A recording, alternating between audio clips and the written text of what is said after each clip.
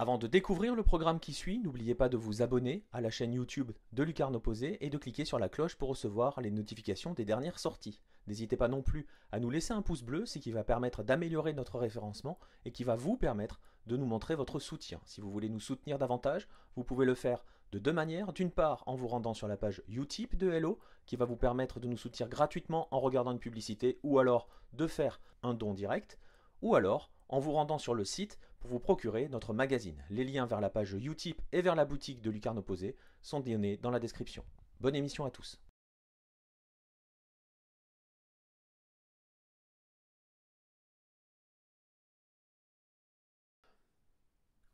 En ce moment, la Colombie accueille le tournoi de qualification pour les prochains Jeux Olympiques de Tokyo. Si ce tournoi est aussi l'occasion pour les recruteurs du monde entier de venir rafler les dernières petites pépites du continent, pour les nations sud-américaines, il est aussi l'occasion de gagner un ticket pour une compétition qui va permettre à ces jeunes de se frotter au gratin mondial.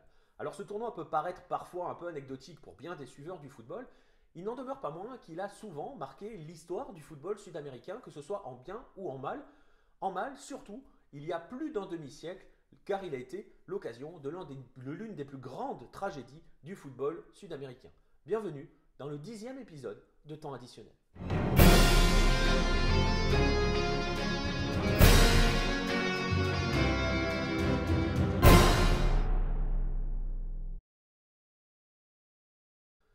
En mai 1964, 7 nations sud-américaines vont concourir pour se disputer l'un des deux tickets pour les Jeux Olympiques de Tokyo. Oui, déjà.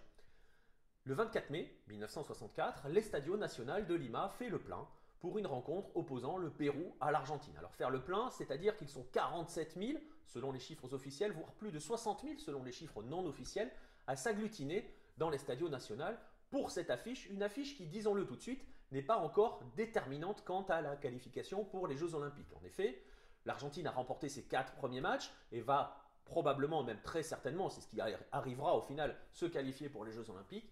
Le Pérou, lui, jouera son avenir, sa qualification lors des 2 matchs qui suivront face au Chili puis face au Brésil. Il n'empêche, ferveur nationale oblige, affiche oblige, l'Estadio Nacional est plein comme un œuf, il est chaud bouillant, prêt à suivre cette affiche. Sur le terrain, Nestor Manfredi a ouvert le score pour l'Argentine et le Pérou passe le plus clair de son temps à donc essayer de rattraper ce retard. Alors qu'il ne reste que quelques minutes à jouer, El Nongo Rodriguez déborde sur son côté, centre pour trouver la Rosa. L'avant-centre péruvien manque le ballon, mais dans son dos surgit Victor Kilo Lobaton qui se jette en pied en avant pour propulser le ballon dans le but. Vous imaginez, égalisation du Pérou alors qu'il restait quelques minutes à jouer, liesse générale dans les tribunes, mais cette liesse ne va durer qu'un temps, le temps de s'apercevoir qu'Angel Eduardo Pazos, l'arbitre uruguayen de la rencontre, a annulé le but, il se tient bras levés. Pour quelle raison annule-t-il ce but? Il estime que le pied en avant de Victor Kilo Lobaton est illégal, qu'il y a faute, et donc il siffle coup franc pour l'Argentine. C'est ici que notre drame va commencer à se jouer, puisque à la joie immense va succéder une colère inouïe. La fureur s'empare des tribunes, donc les projectiles volent, les sièges aussi volent, ça commence à chauffer très très fort en tribune, et c'est là que l'un de nos protagonistes va entrer en jeu, Victor Melasio Campos, El Negro Bomba, comme on le surnomme dans le coin, qui est à la base un malfrat local, a eu une bonne idée, entre guillemets, celle de rentrer sur le terrain pour aller mettre 2-3 tartes à l'arbitre. Il est forcément intercepté par la police, qui va être très maligne aussi et va le passer tout simplement à tabac. Ça ne fait que décupler la fureur, d'autant que dans les pas de notre Negro Bomba arrive Edilberto Cuenca qui a la même idée, aller mettre une tarte à l'arbitre et est également intercepté par les forces de l'ordre. Il est également roué de coups et passé à tabac, ça ne fait encore qu'amplifier la colère et pendant que les officiels et les joueurs sont escortés vers les vestiaires, le chef des forces de l'ordre, le commandant Jorge de Azambura, va prendre une décision qui va mettre le feu aux poudres.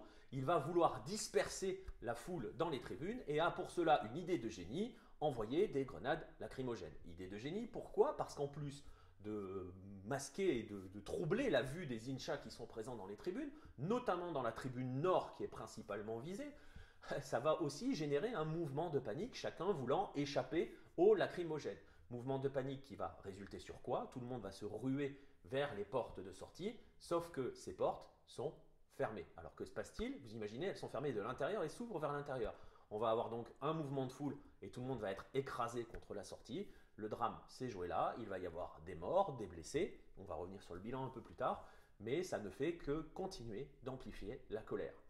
Les survivants, les gens qui arrivent à s'échapper de ce bouchon, de cet écrasement collectif, reviennent vers l'intérieur du stade et décident de se venger puisque pour eux les responsables sont les forces de l'ordre. On parle alors de policiers frappés, on parle même de meurtre de policiers en civil, et lorsque certains parviennent enfin à regagner les rues environnant le stade, la violence se déplace du stade aux rues. Il va y avoir des véhicules brûlés, des vitrines cassées et toujours des passages à tabac, alors des policiers, des manifestants, etc. etc.